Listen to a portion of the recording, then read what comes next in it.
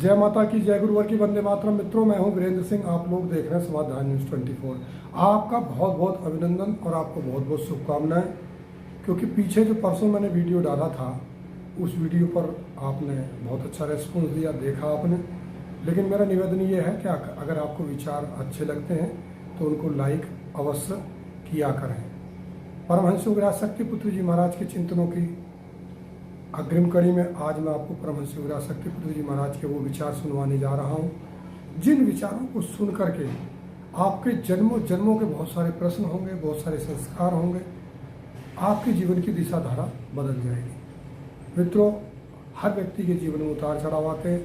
मैंने जब पिछले हफ्ते 15-20 दिन के गैप के बाद जब मैंने वीडियो डाली थी तो उसमें बताया था कि हमारे जीवन में भी बहुत सारे उतार चढ़ाव आते हैं, नाना प्रकार के झंझावात आते हैं, परीक्षाओं के क्रम होते हैं, पूर्व जन्म के कुछ संस्कार ग्रह योग होते हैं। लेकिन जो साधक होता है और अपने इष्ट के चरणों में समर्पित होता है, जिसके जीवन का उद्देश्य केवल आत्म कल्याण और जन कल्याण होता है, जो मुक्ति मार्ग पर बढ़ने का संकल्प ले लेता है, देर सवेर उसको जीवन में झंझावातों से समाधान प्राप्त करने का रास्ता मिल ही जाता है। आपके जीवन में बहुत सारी समस्याएं होंगी। अगर आप उनका समाधान चाहते हैं तो परमहंस योगीराज शक्ति पुत्र जी महाराज ने जो रास्ता बताया है, आप हमारी इन वीडियो को पीछे जो हमने वीडियो डाली उन्हें देखें। गुरुदेव जी ने साधना क्रम बताया है, एक नित्य साधना क्रम। आप सर्च करें हमारी समाधान न्यूज़ 24 पर, उस साधना क्रम को अगर नित्य प्रति करेंगे तो आपके जीवन में निश्चित रूप से परिवर्तन आएगा। माँ ओम का जाप बताया गया, नित्य प्रति 5-10 मिनट सुबह शाम लंबा गहरा सांस लेकर के माँ ओम का जाप करेंगे तो आपको आत्मिक शांति मिलेगी। मित्रों, मैं तो गुरुवर की कृपा से, माँ की कृपा से कभी कभी इतना अभिभूत हो जाता हूँ कि मैं सोचता हूँ कि हमारी तो वो पात्रता भी नहीं थी जो गुरुदेव जी ने हमारे ऊपर कृपा कर दी। बरबस आंखों में से आंसू गिर जाते हैं। हम परम पूज्य गुरुदेव जी और माँ के चरणों में प्रार्थना करते हैं कि हे माँ, हमें जीवन में कुछ मिले ना मिले, लेकिन अगर किसी भी जन्म में आए तो आपकी साधना करने का, आपके चरण वंदन करने का सौभाग्य प्राप्त हो। संसार में, भौतिक जगत में प्राप्ति का कुछ मूल्य नहीं है। अगर आप इस संसार में मान, यश, प्रतिष्ठा, धन, संपदा प्राप्त कर भी लें, लेकिन जब इस शरीर को छोड़ करके जाएंगे तो उसका कोई मूल्य नहीं है। इस शरीर के साथ जब आप छोड़ते हैं तो सूक्ष्म शरीर के साथ आपके संस्कार जाते हैं। हमने देखा कि हमारे पास धन भी आया लेकिन अशांति रही।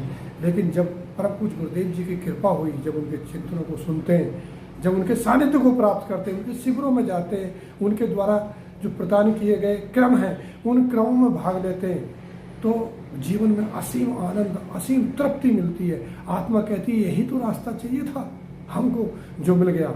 इसलिए आपसे सबसे मेरा निवेदन है कि आप परम पूज्य गुरुदेव जी के चिंतनों को सुने, मनन करें। अगर आप उनके शिष्य हैं तो उनके जो दिए हुए चिंतन है, गुरुदेव जी को तो मानते हैं, गुरुदेव जी की बातों को, उनके सिद्धांतों को, उनके विचारों को भी अपने जीवन में उतारें। आपके जीवन में परिवर्तन आएगा। भगवती मानव कल्याण संगठन द्वारा युग परिवर्तन का अभियान चल रहा है। भारत को विश्व गुरु बनाने का अभियान चल रहा है। परमहंस योगीराज शक्ति पुत्र जी महाराज इस युग के युग चेतना पुरुष हैं, आप ये जान लें। यही बात कहते हुए अपनी वाणी को विराम दूंगा और चाहूँगा कि परम पूज्य गुरुदेव जी के जो चिंतन मैं आपको सुनवाने जा रहा हूँ, चिंतनों को सुने, देखें। उन्होंने परमहंस योगीराज शक्ति पुत्र जी महाराज ने माँ की साधना कैसे करनी चाहिए, माँ का हमारे जीवन में क्या महत्व है, कैसे आप अपने जीवन की समस्याओं का समाधान प्राप्त कर सकते हैं, इन चिंतनों में सुने, लाइक करें, शेयर करें और अपने जीवन में आत्मसात करें। धन्यवाद। और उस अटूट विश्वास के साथ कि आत्मा अजर अमर विनाशी है, आत्मा की अमरता और कर्म की प्रधानता, दो मूल बातें जो मेरे द्वारा आप लोगों को बताई गई हैं, उन्हें हर पल स्मरण में रखो कि हमारी आत्मा अजर अमर है। इसे कौन मार सकता है? अरे एक शरीर किसी कारण से छोड़ना भी पड़ा तो दूसरा शरीर इससे अच्छा प्राप्त होगा, इससे ज्यादा चेतनावान होगा, क्योंकि मैंने कोई गलत कार्य नहीं किया। वह आत्मबल आपके अंदर होना चाहिए, निर्भीकता का जीवन होना चाहिए। बीमारी आ जाए दवा करा लो, मैं इसके लिए मना नहीं करता कि दवा मत कराओ, इलाज मत कराओ, मगर निर्भीक होकर के मौत का भय त्याग कर जब इलाज कराओगे तो वही इलाज 100 गुना ज्यादा लाभदायक हो जाएगा। और अच्छा से अच्छा इलाज यदि भय से ग्रसित होकर के कराओगे तो इलाज आपके लिए फलीभूत नहीं होगा। अनेकों विषमताओं को देखा इस समाज ने। इस समाज को कम से कम अब तो आंखें खोल लेना चाहिए कि एक महामारी ने किस तरह सब कुछ तहस नहस कर दिया। अनेकों लोगों के सोचे हुए सपने वही के वही रह गए। परिवार के परिवार लोग काल के गाल में समा गए। किस अंधी दौड़ में दौड़ रहे हो। एक बार तो विवेक जागृत करो, एक बार तो सोचने का प्रयास करो, एक बार तो विचार करो कि हम कौन हैं, मैं कौन हूं और मेरी कौन है। जब अगर मैं हूं तो मेरा जन्म देने वाली कोई सत्ता होगी क्या? कोई ललक वर्तमान परिस्थितियों को देखकर भी आपके अंदर नहीं पैदा होगी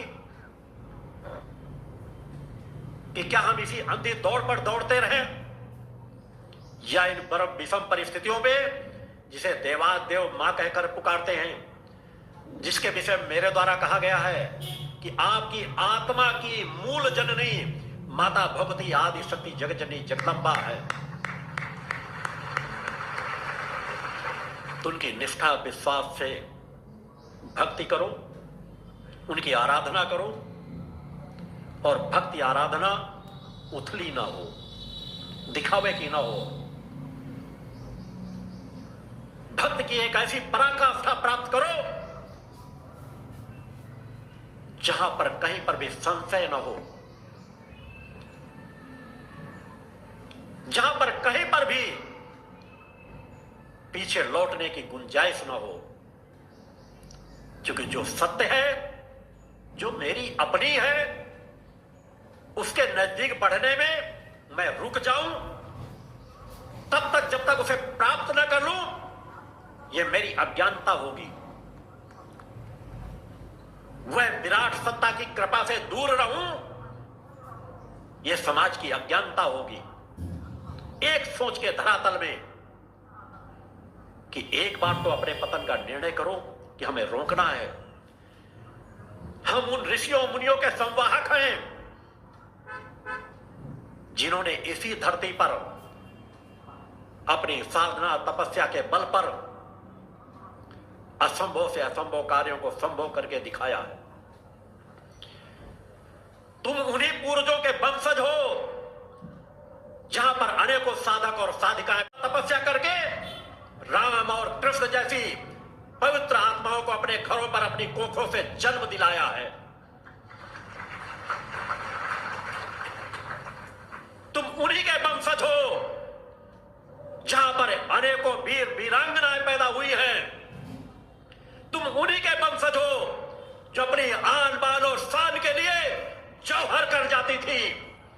तुम उन्हीं के वंशज हो जो इस समाज की रक्षा के लिए, मानवता की रक्षा के लिए युद्ध भूमि पर हंसते हंसते अपने जीवन को न्यौछावर कर देते थे। तुम उन्हीं के वंशज हो जहां पर माताएं उन युद्ध भूमि पर भेजने के लिए छोटे छोटे बच्चों को तिलक कर देती थी, जानती थी कि वापस नहीं आ पाएगा। तुम्हारे अंदर का क्षत्रित्व कहां गया? तुम्हारे अंदर का ब्राह्मणत्व कहां गया? तुम्हारे अंदर का सेवा भाव कहां गया? जिन्होंने पूरी मानवता की रक्षा के लिए अपना सर्वस्व न्यौछावर किया। टिप्पणियां किसी पर कर देना बड़ा आसान होता है, मगर बिना अतीत को देखे हुए कि यहां की मान सम्मान के लिए अनेकों लोगों ने अपना सर्वस्व न्यौछावर कर दिया है। आगे ज्यादा ना जा सको तो आजादी के कालखंड को देखो। वो भी किसी के पुत्र थे, पुत्रियां थी जो हंसते हंसते फांसी के फंदे पर झूल गए। अपना घर बार त्याग करके हम और आपको आजाद करने के लिए अपना सर्वस्व न्यौछावर कर दिया। आज तुम कहां खड़े हो? जातीयता, सांप्रदायिकता, ऐसे जहर के बीच एक दूसरे पर आरोप लगाना, गलत को गलत कहने की सामर्थ्य को देना, कब तक ये चलता रहेगा? आज जातीयता के नाम पे बड़े बड़े दंगे हो रहे हैं।